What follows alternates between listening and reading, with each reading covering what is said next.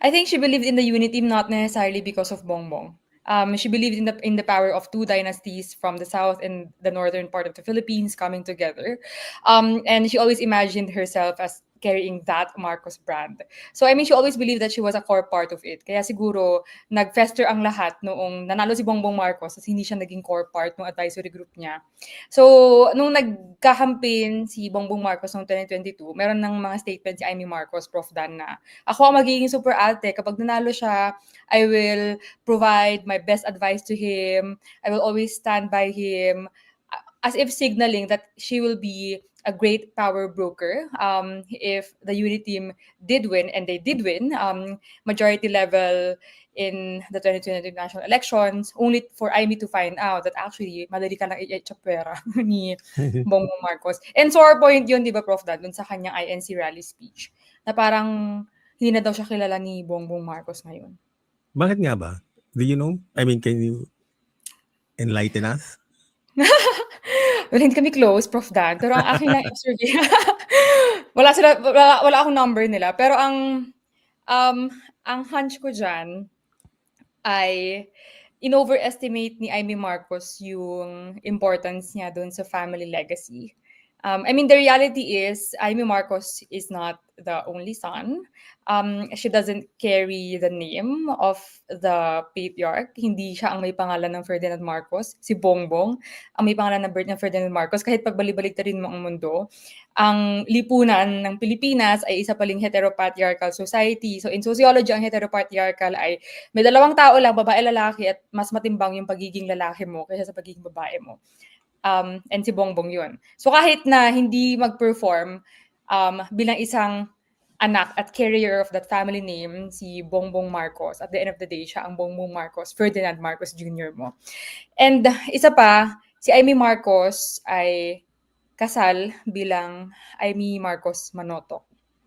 So parang doble kayod siya para i-claim yung Marcos family name and i-embody yung Marcos family brand.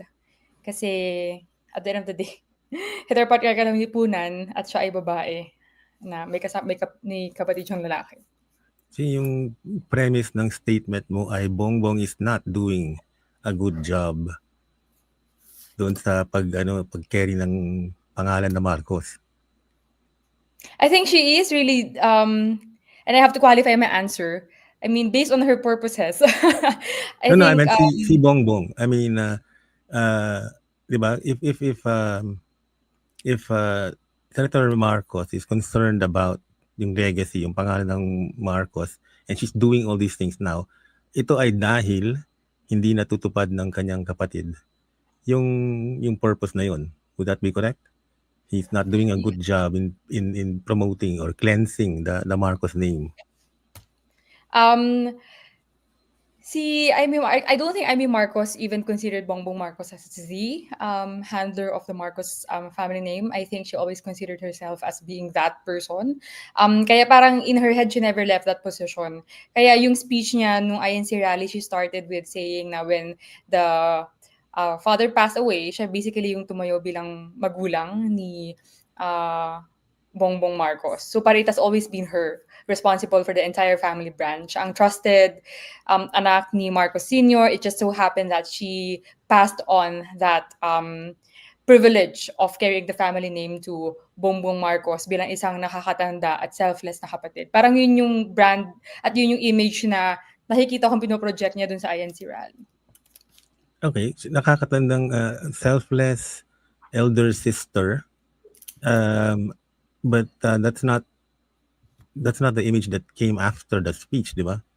Yes. So parang declaration of war na to. Yeah. So I think that's what Manang Amy wasn't able to anticipate. I think she was anticipating, to interpret it in many different ways. So first, yung shock siguro na, oh my God, bakit mo i-accuse? Oh my God, yung presidente natin ay accused of being a drug addict. And then yung second one, siguro she expected people to at least say that she was very brave or like merong certain form of courage or truth-telling doon sa ginagawa niya. But it didn't play out like that. So parang ang lumabas ay parang ano ba naman yan? Kapatid na kapatid mo. And I'm gonna give a bonus insight here, Prof. Dan, kasi I was also talking to elderly people, ng mga Marcos loyalists, just before I came here to Australia. At doon pa lang, masama na ang loob nila kay Senator Amy Marcos. Kasi meron ng mga patutsada si Senator Amy Marcos late last year, early this year, against Bongbong Marcos. And parang nawawalan sila, nadidisillusion sila doon sa nirerespeto nilang cohesion of the family and yung relationship ng mga siblings. So she's not just sabotaging herself, she's also actually sabotaging possibly the entire Marcos brand and Marcos legacy. And I also think doing that just reinforces the very personalistic nature of Philippine politics. Kaya nga tayo lubog sa korupsyon kasi mga tao pa rin, mga katangian, mga itsura pa rin na pinag-aawayan natin instead of actual the political act of corruption, yung bakit ka pa tumakbo, hindi mo pala kayang tumakbo, bakit mo pinatakbo yung kapatid mo, alam mo naman palang addict siya, provided na tama yung sinasabi ni Amy Marcos. So I think the broader issue here is just what the kind of corruption that they're doing and yung paglapasangan talaga sa public office na ginagawa nila. So meron tayong political norm of taking politicians into account, but we also have a familial norm of protecting your own family members. Taga Ilocos po kasi ako, born and Yes. raised. Kanina ko pa gustong sabihin yan. Ilocana, so mga nasa audience natin dyan na Imbagnal Trabii sa inyong lahat. Alam naman po ng lahat ng mga taga Ilocos na si Bongbong Marcos ang less confrontational sibling. At wag mo talagang gagalitin si Senator Amy Marcos. So I would keep it there. Wag mong gagalitin si Senator Amy Marcos kasi siya talaga yung nakakatakot magalit. Hindi ko na sabihin kung bakit and specifically why. Mag-research na lang po yung ating mga manonood. Pero also, ang pinopronta ni Senator Amy ngayon ay sobrang efficient niya bilang governor. Sinabi niya doon sa speech niya, doon sa INC rally na alam naman nating lahat na nung naging governor si Bongbong Marcos, absentee governor siya, which is true. And meron ding image si Amy Marcos as being a superstar, rockstar governor dahil very efficient siya. But also the other side of the coin would be that Amy Marcos would also be a very scary governor. So aayusin mo talaga yung pakikitungo mo sa kanya kasi ayaw mo magalit siya. Because she can actually just come out and confront all of these issues head on as opposed to her brother who is non-confrontational. Yung paradox dyan, and I find this highly interesting, among people in Ilocos, they would rather have Bongbong Marcos because he is seen to be non-confrontational. So he's not working, absentee siya, pero at least pag nagalit siya, wala siyang gagawing masama sa'yo. And you cannot say that for some other politicians out there. So I'm not saying anything, I'm not saying any names, I'm just saying this as something that I hear from people I engage with in my research. And that explains bakit in the view of some people, lagi siya naghuhugas kamay, di ba? Parang, I'm not in favor of impeachment. That I have nothing to do with that. I have nothing to do with the budget. So, that falls into your characterization of the president as non-confrontational. Ayaw niya yung maging lead character in anything, which, from my point of view naman, is not an asset. I think that he can benefit more if he stepped up. Okay, here's my other question. Naintindihan ko yung thesis mo about why Senator Amy is doing this, diba? You were saying something about reclaiming the Marcos legacy. Can you restate your thesis para hindi ako nagmi-misquote? Yes. So ang thesis ko po, ito po ang aking hunch at ang aking haka-haka ay ginagawa ni Amy Marcos, sinisiraan, quote-unquote, ni Amy Marcos ang kanyang kapatid para yung political capital o yung pangalan at yung voter-based na kaakibat ng pangalang Marcos ay malihis sa kanya. Kasi nagpe-prepare na siya para sa 2028 elections. So yung interpretation na napakaraming mga tao na ginagawa niya to para manalo si Sara Duterte, that's partly true, but the other half of that equation would be that she's only doing that because she envisions herself as a tandem, that as the running mate of Sara Duterte in the 2028 elections. So kinukuha na niya yung loyal Marcos voting base para mapunta sa kanya. So whether or not that's effective ay ibang usapin na din po, Prof. Dan. Okay, so she's preserving the name, di ba? Parang she's saying ito yung totoong Marcos na pangalan. And so that's why she's distancing herself from her own brother. Ngayon, Mhm. sabi mo, kung mag-e-effect, kung mag-work yan is another usapan, no? Ay, yan nga yung Yep. tanong ko eh. Kasi she's going to do it with the Dutertes. Di ba? Itong kanyang political plans for the presidency, she said, magiging marami silang aplikanteng vice president, no? But, or the tandem. That one, I don't see working kasi nobody trusts her. Kasi she's on the fence. Di ba? Parang Marcos ka, tapos hindi ka nag-attend ng mga rally ng senatorial elections, and people don't know where you are, tapos ngayon, no, DDS ka pala. So, how smart is this? I don't know any other way of saying this. How smart is it? And, I think and it's sabi, other people are saying no one will trust her in the end. yes. I mean, it's not. I don't think it's smart at all, Prof. Dan. Pero the other thing also is that I think that's actually the only thing that she has to do. I mean, if she doesn't do it, she will forever be the Marcos sister, or she will forever be the Marcos daughter. So, kung hindi siya I mean, if she doesn't make the move now, wala na, mako-close off na yung greater political greatness that she may actually want. So, hindi siya smart move, pero yun na talaga yung move na puwedeng niyang gawin para makakuha siya ng higher political position. I mean, there's nothing else for her to do. Okay. Ouch. Parang yun yung basa ko, Prof. Dan, kasi pag manahimik siya, she will forever be the sister, the presidential sister or the presidential daughter. Na siguro masakit sa kanya, I mean, hindi ko naman siya kilala. I mean, hindi kami nag-uusap, hindi kami close.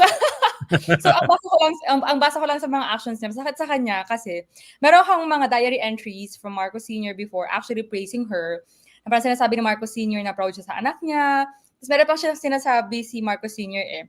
In Ilocano, sabi niya, iti tarong haan nga agbunga ti parya. So, yung talong hindi siya magbubunga ng bitter gourd, ampalaya. So, I mean, he's not at all surprised na Aimee is excelling academically kasi excellent din yung tatay niya.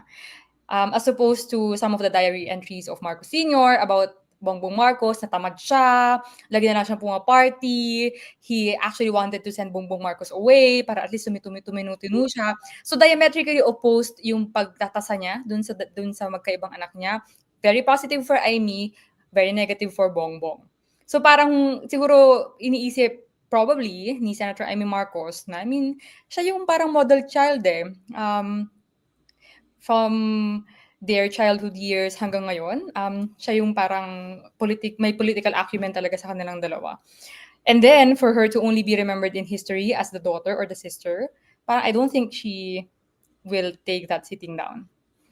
And that's even harder to take kung hindi mag-succeed yung kapatid niya in lifting the Marcos name and improving the image ng mga Marcos. I'm thinking she's probably thinking I can do something about this.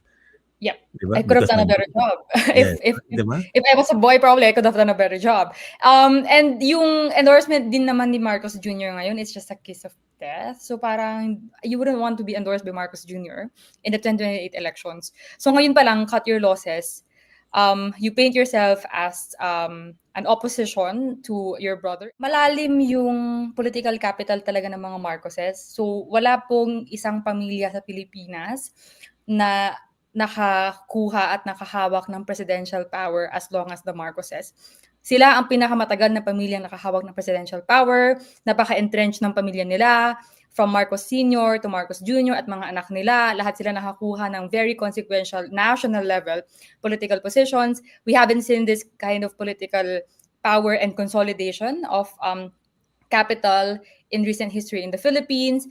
I mean, the only family now that can rival that are the Dutertes, but even the Dutertes are not that entrenched. 6 na taon si Rodrigo Duterte. Yung mga apo-apo niya, wala ka pang nakikita sa politika ngayon. I mean, meron si Omar Duterte, kaka-elect lang ng 2022, pero hindi pa ganoon ka-entrenched. So in terms of the Marcos family brand, ang dami nilang pwedeng panghugutan, at ang dami nilang political capital, which means sila ang pinakamalaking mawawalan. Sila ang may pinakamalaking pagkakawala. Kawalan kapag Gumuho ang lahat ng ito. Kaya yun yung pinaka-concern ni Amy Marcos. Oo nga, but you were saying she cannot save. She cannot save the name. Kasi at the end of the day, she's the sister, di ba? Yeah, but she has to try. And that's what she's doing. My other question is, can she cause enough damage na because of what she's doing to the Marcos name na people will tell her to knock it off, to stop? Yeah, she is doing it now. Oh, But okay. if also she thinks of not going down in history as only the daughter and the sister of a Marcos president, I mean, she has to do what she has to do. Sometimes she has to think of herself. Sometimes she has to think of the family name. Sometimes they can actually both go down together. So